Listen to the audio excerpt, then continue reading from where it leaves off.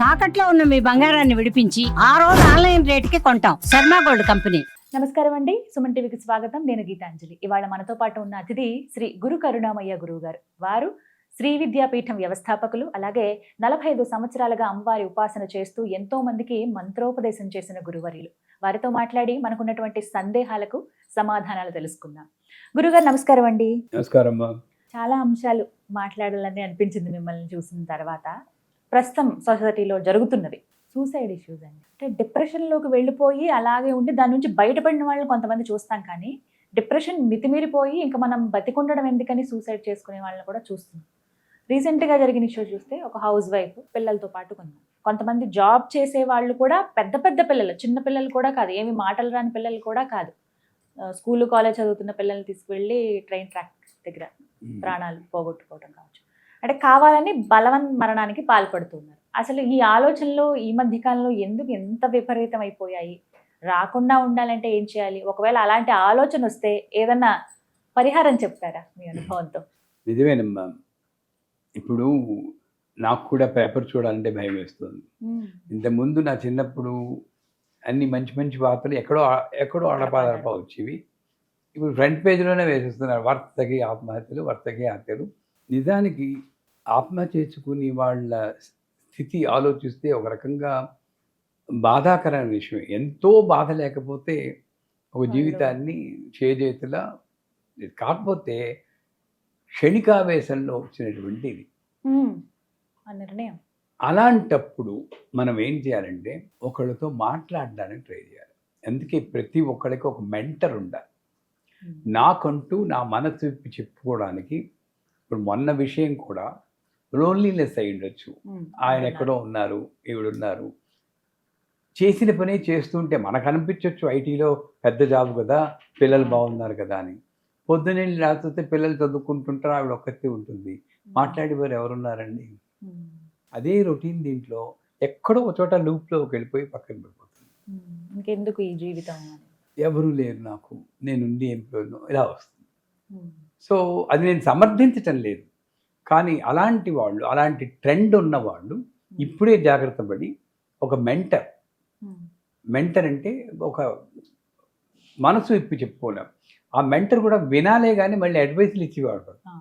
Went out అంటే చాలు, నువ్వు సలహా ఇచ్చి కొద్ది మళ్ళీ కొంచెం ఎక్కువ అవుతూ ఉంటుంది. అంటే నువ్వు నన్ను అర్థం చేసుకోవట్లేదా అని కొంచెం కన్విన్స్ చేయడానికి ట్రై చేస్తుంటారు. ఎప్పుడైనా ఆత్మహత్య చేసుకోవడాన్ని అనిపిస్తుంటే నేను వింటాను.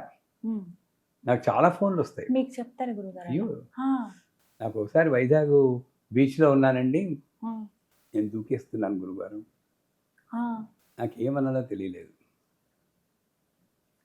అలాగేనమ్మా, కానీ ఒకటి ఆలోచించు, దూకినందువల్ల నీ కర్మలు ఆగిపో. కర్మ సిద్ధాంతం అని ఒకటి ఉంది. ఏ కర్మను అనుభవించినా నువ్వు పుట్టేవో ఆ కర్మను అనుభవించి తీరాలి. బలవన్ మరణం ఒకవేళ నువ్వు చేసుకుంటే ఈ కర్మలు రైట్ ఆఫ్ అయిపో, మళ్ళీ వస్తాయి.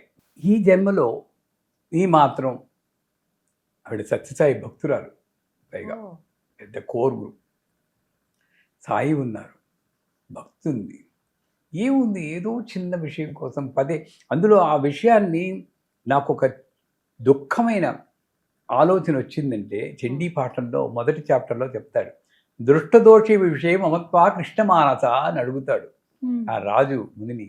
దుఃఖం కలిగించే విషయం వైపే నా మనసు ఎందుకు వెళ్తుంది ముని అని. నిజం కూడా అంతే. మనకి ఏదైనా ఒక డిప్రెషన్ కలిగించే విషయం వస్తే పదే తవ్వుకుని బాధపడుతూనే ఉంటాం. పైగా ఎవడైనా రక్షించడానికి వస్తే వాడిని కూడా లాగేస్తాం మనం. ఆ సలహా వినం. దాన్నే రాహు ఎఫెక్ట్ అంటారు ఎస్ట్రాలజీలో. నాకు తెలియదు, ఆ ఎస్ట్రాలజీ తెలియదు, బట్ నాకు తెలిసింది ఈ చండీ పాఠంలో చెప్పినట్టు నాకు దుఃఖం కలిగించే విషయం కోసమే. ఒక ఫీవర్ వస్తే అది డెంగ్యూ ఏమో, డెంగ్యూ అయితే చచ్చిపోతాడేమో, చచ్చిపోతే ఎలాగా, వీడి మామూలు ఫీవరే, ఆ దుఃఖాన్ని ఎంజాయ్ చేస్తూ ఉంటాడు.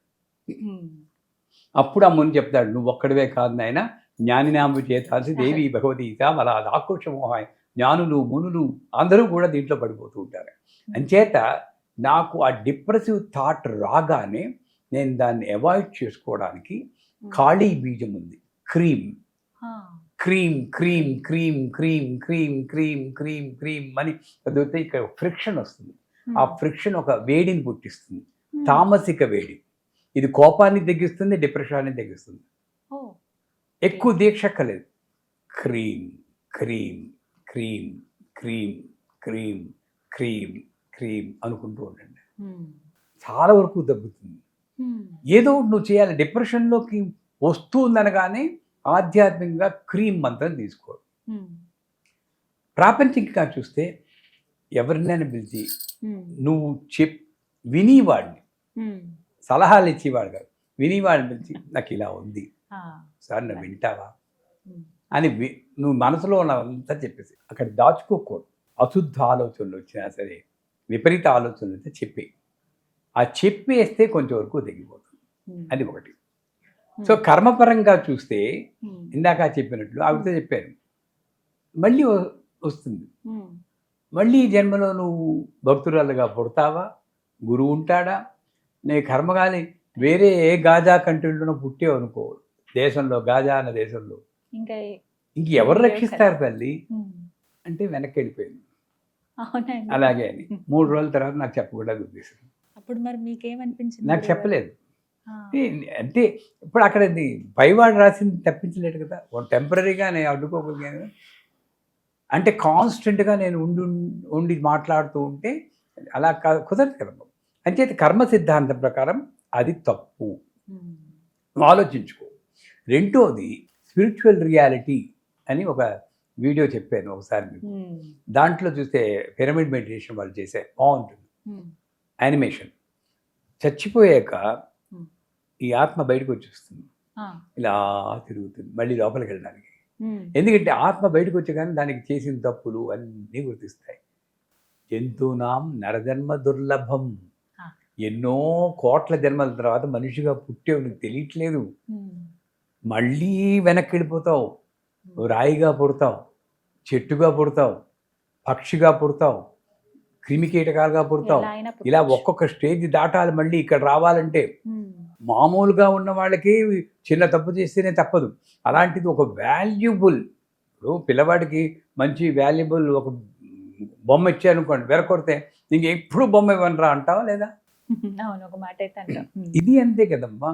వాల్యుబుల్ లైఫ్ని ఏదో ఒక రీజన్, నీకు వాల్యూగా రీజన్ కనిపించవచ్చు, క్షణికాభేసంలో నువ్వు తీసుకున్నావంటే శాస్త్రం ఏం చెప్తుంది అంటే దాంట్లో చెప్తుంది ఇలా తిరుగుతుంది, లోపలికి వెళ్ళడానికి చోటు లేదు, అన్నీ ఆల్ బంద్.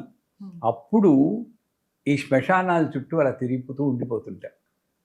ఈ బలవన్మరణాలు పొందిన వాళ్ళు ముక్తి లేదుట. అది భయం. గరుడ పురాణం చదివితే ఇలాంటి వాళ్ళు గరుడ పురాణం చదవాలి. దాంట్లో అది నిజమా కాదా కాదు, అట్లీస్ట్ నాకు ఒక సబ్జెక్ట్ వైజ్ ఒక ఇది ఇస్తుంది, ఒక నాలెడ్జ్ ఇస్తుంది.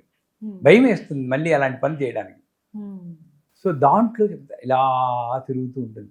వాడి ముక్తి లేదు, ఇంకా ప్రేతాత్మల్లా ఉండిపోతారు. మాట్లాడాలన్నా మాట్లాడలేరు, పైకి వెళ్ళిపోని అదృశ్యం అయిపోతుంది. అదృశ్యం ఇక్కడే కనబడుతూ ఉంటారు అందరూ. మీరు ఊహించండి, మీకు రూపం ఉండదు, అందరూ చుట్టూరా ఉంటారు, మాట్లాడలేరు, హలో అంటూ ఉంటారు. వాళ్ళు తనలు వాళ్ళు జ్వరంలో ఉంటారు, మందు వేద్దామంటే మందు వేయలేరు. భయంకరమైన స్థితి అది. ఆ స్థితి కావాలా? దానికి వద్దు, ఇది కొంచెం అనుభవించదు కదా. ఈ రెండు ఆలోచిస్తే కొంతవరకు నేను దాని నుండి మనం తర్వాత ఆ క్రీమ్ అన్న ఖాళీ బీజం నాలోని ఈ డిప్రెషన్ దీన్ని తగ్గిస్తుంది. తర్వాత నేను పోతున్నాను కదా అని పిల్లలు కూడా నేను తోసేసేయడం అన్నది నా మోహంతోటో నా పాశంతోటో. నువ్వు ప్రేమ అంటావు కానీ ప్రేమ కాదు, పాశమే పాశవికతగా మారింది. పాశం వేరు, పాశవికత వేరు. ఆ పాశం పాశవికత మారి ఇంకో జీవిని చెప్పే హక్కు నీకు ఎక్కడదమ్మా? ముక్కుపట్టాని పిల్లలు బయటకు వచ్చి పిల్లలు చదువుకుని పిల్లలు మంచి, అది నా చేతుల్లో లేదు కదా. అది ఇంకా మరీ ఘోరం. ఇలాంటి తప్పులు ఎప్పుడు చేయకూడదు. నేను వెళ్ళిపోతే వాళ్ళు ఎలా ఉంటారో, నీ వల్ల పెరగట్లేదు, వాళ్ళు అమ్మ వల్ల పెరుగుతున్నారు. ఇది చేసి అసలు ఈ ఆలోచన వచ్చినప్పుడు వెంటనే కాళీ బీజం చదువుకోవడం కానీ, కర్మ సిద్ధాంతాన్ని చూడడం కానీ, గరుడ పురాణం చదువుకోవడం కానీ చేస్తే తర్వాత ఇలాంటి ప్రవచనాలు వింటూ మనిషి జన్మ ఎంత విలువైందో, ఎంతమంది చాగంటి వారు, సామగామి వారు ఎంత మంచి మంచి విషయాలు చెప్తారు. మళ్ళీ వెళ్ళిపోతే అవన్నీ వినగలమా? ఎలా పుడతామో తెలీదు. ఓ కుక్క పిల్లగా పుట్టచ్చు. భయం ఉండాలి నాకు. ఎంతో వాల్యుబుల్ లైఫ్. అంచేత ఎప్పుడూ కూడా ఒక హేస్టీ డెసిషన్ తోటి అలా తీసుకోకూడదు. నాకు ఒక ఆవిడ ఫోన్ చేశారు అమెరికాలో ఉన్నప్పుడు, నాకు వెళ్ళిపోవాలని ఉంది నాకని ఇలాగే. అప్పుడు నేను ఇంకా చిన్న వయసు, 30 ఏళ్ల క్రితం, 40 ఏళ్ళు అనమాట నా దృష్టిలో చిన్న వయసు. ఇప్పుడు నేను చిన్న వయసు, ఎవరైనా అడిగితే 27 అని చెప్తాను నా వయసు. 72 తిరిగేస్తే 27 కదా. అయినా మీకు 27 గురువు గారు. ఇప్పుడు నేను ఫీల్ అవ్వనమ్మా, బోల్డ్ అని ఫీల్ అవ్వను. ఇక్కడ ఫీల్ అయ్యావా అయిపోయింది బతుకు బస్ స్టాండ్. ఇది తప్పదు, ఇవి నేను ఆపలేను.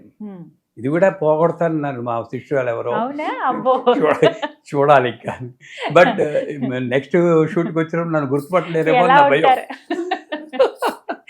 సో ఆవిడ ఫోన్ చేస్తే నేను వెళ్ళిపోతానంటే ఒకటే అన్నాను, నీకెందువల్ల ఎవరు మాట్లాడటం లేదు, నీకెందుకు ఇంకోటి మీద డిపెండెన్సీ, నాతో మాట్లాడాలి, నన్ను ప్రేమించాలి, నువ్వు అందంగా ఉంటావు, చాలా సినిమా యాక్టర్లా ఉంటుంది, అమెరికాలో ఉంటుంది, హాయిగా మేకప్ చేసుకో.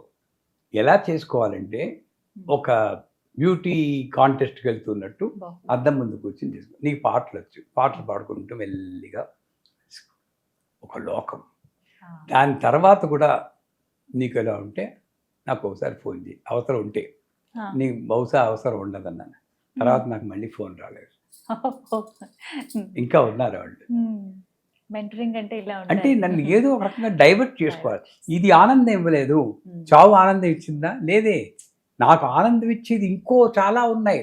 అసలు ఈ జీవితం మీద రోత పుట్టిందంటే నేను ఒక వృద్ధాశ్రమానికో అనాథాశ్రమానికో వాళ్ళ సేవ చేయి, బోల్డ్ అంత ఆనందం వస్తుంది కదా.